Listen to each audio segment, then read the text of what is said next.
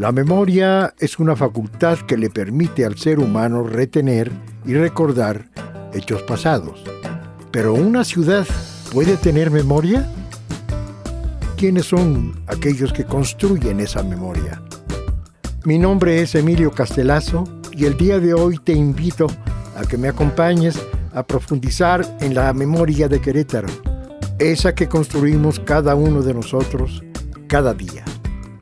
Te invito a que exploremos la crónica de una odisea. Sígueme.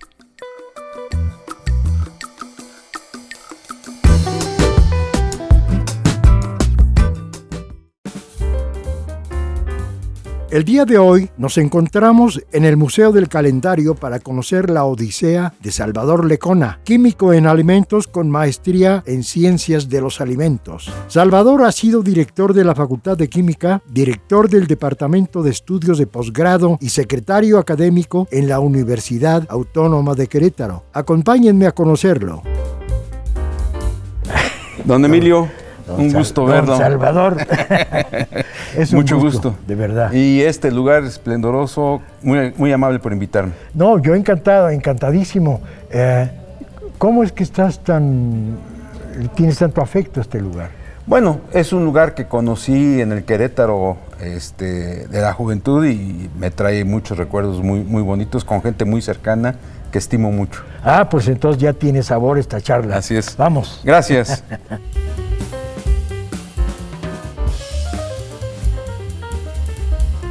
Tenemos la oportunidad ahora de meternos en la vida y en la crónica de un personaje muy especial. Esta experiencia que yo he tenido haciendo estas entrevistas me ha dado la oportunidad de conocer nuevas personalidades o algunas que ya conozco, profundizar mucho en este tipo de experiencia, platicándonos de su vida, de sus cosas, de sus sueños, de sus ambiciones, de su lucha y de cómo en Querétaro hicieron un trabajo importante. Platicaremos hoy con el ingeniero Salvador Lecona Uribe, un señorón que se van a ustedes a dar cuenta la estatura humanística y técnica de este señor. Te agradezco mucho que nos dé la oportunidad de platicar. Gracias, don Emilio, muy amable. Gracias por la invitación. Vamos a los orígenes. ¿Dónde nace Salvador? Bueno, yo nazco en la ciudad de Querétaro. Soy el quinto de una familia donde mi hermano mayor, que recientemente falleció, y mis 3 hermanas habían nacido en el Distrito Federal. Y entonces mi padre, por cuestiones de trabajo, se movió a la ciudad de Querétaro y mi madre pues también se tuvo que mudar a la ciudad de Querétaro y ella se vino ya embarazada de mí, de tal suerte que yo pues prácticamente llegué aquí a nacer. Aquí me desarrollé, empecé a ir a las escuelas pues de la localidad de Querétaro con las señoritas Ballesteros, la señorita Alma Estela, luego el queretano, etcétera, etcétera. Los domingos, como la distancia que hay de mi hermana que me sigue, a mí son 10 años, o sea, fui de plano sí un pilón. Ah, entonces fuiste el último. Entonces fui el último y prácticamente fui un hijo único, porque pues ya mis hermanos eran mayores y ya prácticamente yo conviví mucho con mi madre. Entonces los domingos íbamos al Jardín Obregón y el tema de los globos y de los algodones, etcétera, etcétera. Y bueno, pues el mundo infantil. El mundo infantil. Que sobrevive. Así es. Que sobrevive. Pero ¿tu papá en qué trabajaba? Él se dedicó al tema de los camiones. Él llegó a ser presidente de Flecha Amarilla y fue de los primeros que hicieron los viajes, él y su hermano y sus hermanos. Tenían camiones de transporte de personas. Fueron los primeros que hicieron los viajes de la Ciudad de México a Querétaro, en unos camiones compactos de Corsarios del Bajío que tenían como una cuestión de aire acondicionado arriba, etcétera, etcétera, Pues fueron de los primeros Pues que fueron empezaron. pioneros, entonces. Sí, fueron los primeros que empezaron a llegar aquí a Querétaro a traer gente, Estamos ¿no? hablando de los años... Híjole, 50. No, pues si yo nací en el 55, entonces estamos hablando de que ellos debieron de haber llegado por aquí en los años 50. En la primera Sí, mitad. Ok. sí. Y Sí, bueno. obviamente pues era gente que sabía desde cómo desarmar un carro, un motor, todo lo que pudiera ocurrir durante la travesía. En su experiencia, el ser mecánico los llevó a ser transportistas. Era parte de... No, yo creo que más bien fue al revés. Fue al revés. Dedicarse a la cuestión del transporte desde la Ciudad de México los llevó a experimentar la cuestión de mecánica por necesidad. Si un carro se averiaba y demás, pues había que... ¿Tu papá cómo hacerlo. se llamaba? Víctor Lecona Reyes. Víctor Lecona. Así es. Él fue de los pioneros entonces en el mundo Sí, de la transportación así es. foránea. Así es. Así es, ok. Así es. Muy bien. Y luego mi hermano, el cual tuvo mucho impacto en mí, también se llama Víctor Lecona, pero él tuvo lo que se llama parálisis infantil. Pero vamos, en realidad, ni para él ni para mí sabíamos qué significaba eso, porque pues él hacía su vida cotidiana totalmente normal. Ajá. Tenía su trabajo, iba a la escuela, tenía sus pandillas, etcétera, etcétera. O sea, aunque él siempre anduvo en muletas, nunca tuvo una, digamos, vida diferente, ¿no? Ajá. Entonces eso... Se integraba. Al final de cuentas, termina uno diciendo, bueno, ¿dónde están las diferencias, no? O sea, porque pues, nunca él se comportó de una manera ¿Crees tú diferente. que en tu vida, en tu experiencia de vida, esta vivencia de tu hermano influyó mucho en Sí, ti? cómo no, mucho. Porque pues era darle, digamos, a la vida la bienvenida con lo que fuera, como fuera, y adelante. Adelante. Sí, adelante. Adelante. Los Adelante. abuelos, ¿qué me comentas de tus abuelos? Bueno, de mis abuelos nada más conocí a mi abuela materna y poquito a mi abuela paterna. La familia de mi papá vivía en una especie de conglomerado de casas y demás. Entonces vivían los hermanos, vivía la abuela, etcétera, etcétera. Y yo me acuerdo muy, muy poquito de ella. Conviví más con la abuela materna. Pero también, pues, mi mamá era una mujer de mucha enjundia. Ella me comentaba que no su mamá, sino su abuela, era mediera. Ella andaba por el campo comprando animales con 2 fajones con dinero. Agarraba los animales, los ponía en el tren y se los mandaba a su marido a la Merced, a la Ciudad de México, en tren. Entonces, decía mi mamá, mujer de pelo en pecho. Sí, de esas mujeres revolucionarias. Así es. Que en el momento que había que tomar el rifle, lo tomaba. Así es, Ok. así es. Muy bien. Tu primaria dices que la inicias aquí en Querétaro. La inicio aquí en Querétaro, en el Instituto Queretano. Pues ahí soy parte de una generación de exalumnos de ahí del Queretano. Ahí estudio la primaria y la secundaria. Y comienzo a trabar amistad con mucha gente en unos grupos externos que, pues en aquella época, mis padres vivían en La Cruz. Entonces, al tener un chamaco que hacer con él los sábados, pues por ahí se hizo el grupo había un grupo de scouts ahí en La Cruz, el grupo 1. Y pues ahí me iba yo los sábados y demás. Entonces ahí trabé mucha amistad con gente con la que estimo mucho y aún la frecuento. Después de, no sé, estamos hablando, pues que son los primeros años de los 60s en aquella época, ¿no? Porque, pues sí, hay varias etapas dentro del movimiento scout, los lobatos, los scouts, Claro, los rovers. hay toda una escala. Hay digamos. toda una escala y Ok. yo comencé pues desde los lobatos. Nacido en Querétaro por un azar del destino, Salvador es creyente de darle a la vida la bienvenida como ésta se presente y siempre ir hacia adelante sin temores y sin dudas.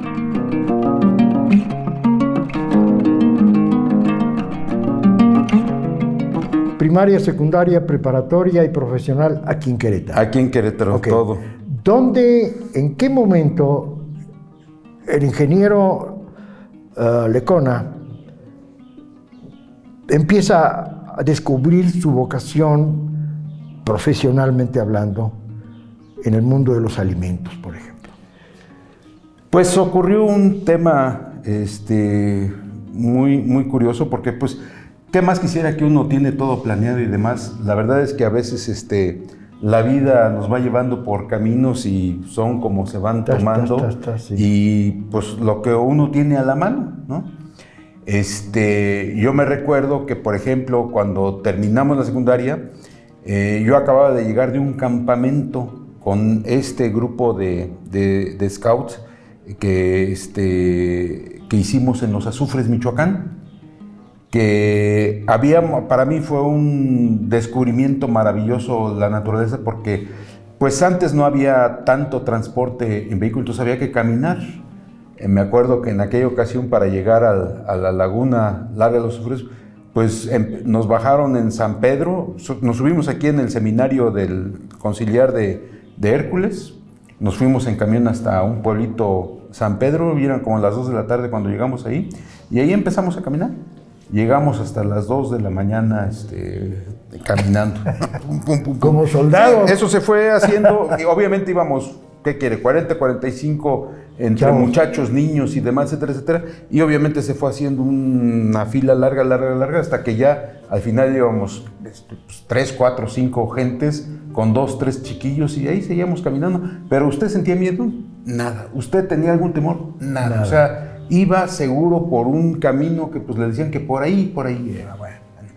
Al amanecer, ha sido una de las imágenes que aún recuerdo con mucho cariño. Pues imagínese usted toda una laguna con un bosque alrededor, vaporizando el agua azufrosa. A esa hora. No, hombre. Y ahí llegó un mensaje ahí. Ahí llegó el mensaje de, caray, qué bonito es esto. O sea, ¿lo había planeado, me lo había imaginado? No, simplemente había que disfrutar el momento que se tornaba. Y entonces, pues un poco así ocurrió. Llega un amigo cuando yo llego el domingo de esta excursión, y llega el amigo el lunes y me dice, oye, ¿no vas a ir a la universidad a hacer el examen? ¿A cuál examen? Pues es el examen de la prepa. Ah, caray. Pues no, pues ¿a qué horas es? Pues ya ahorita es, ¿no? Pues vamos. ¿Habiendo terminado la prepa? Habiendo terminado secundaria. Habiendo terminado secundaria. Ah, caray, pues bueno, no, pues no sabía yo, pues vamos. Y como estaba muy cerca de la Universidad Autónoma de Querétaro, que estaba ahí en 16 de septiembre, antes nada más era ese campus el que había, pues fuimos y hicimos el examen, etcétera, etcétera.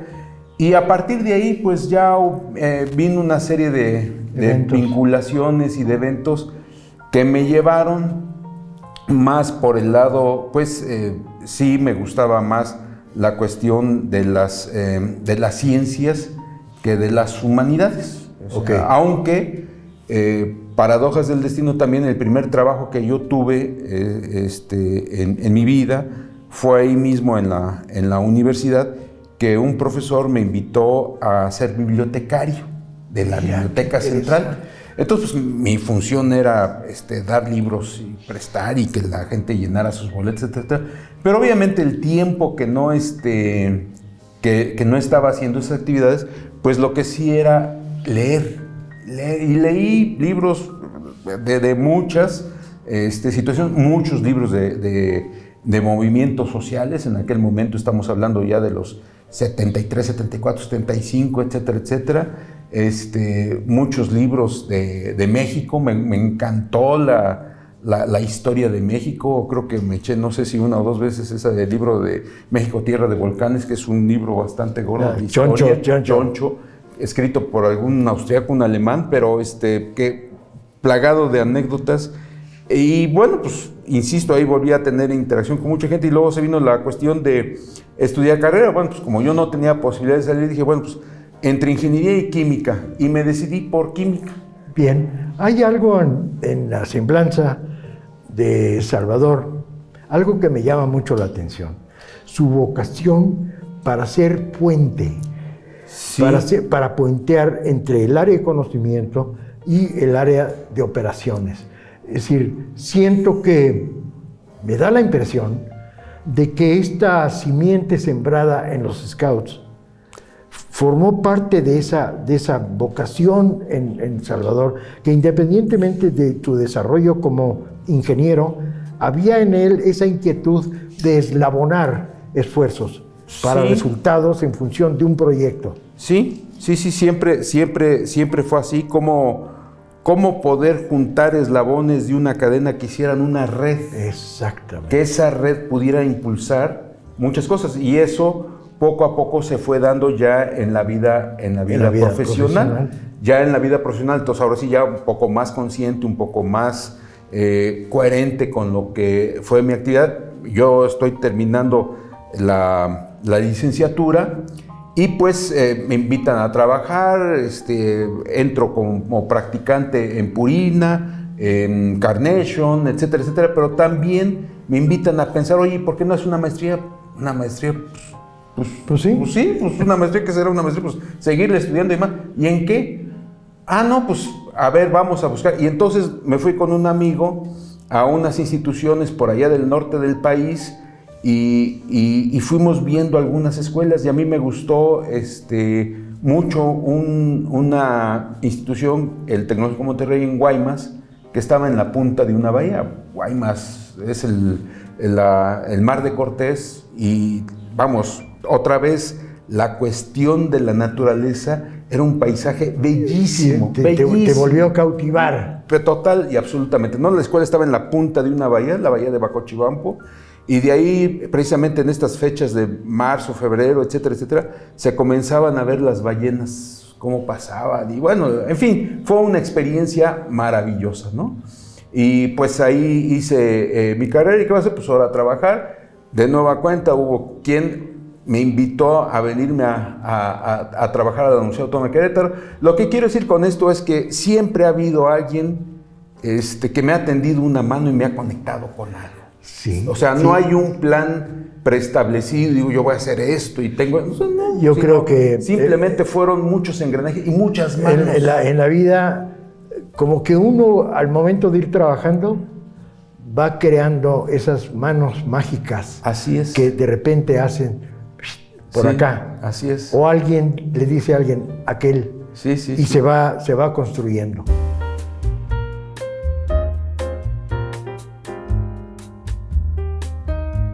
Siendo bibliotecario, Salvador descubre el amor por la lectura. Esto lo guiará más tarde al amor por las ciencias. Es así que decide estudiar química y más tarde enfocarse en el área de alimentos.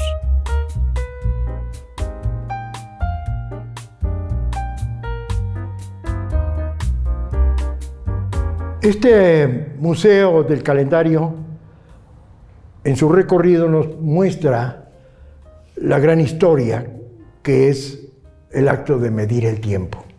Y aquí esta muestra, Salvador nos habla de Increíble. Esta maravilla, en un trabajo excepcional. Yo recomendaría a la gente que visite este museo, que lo haga.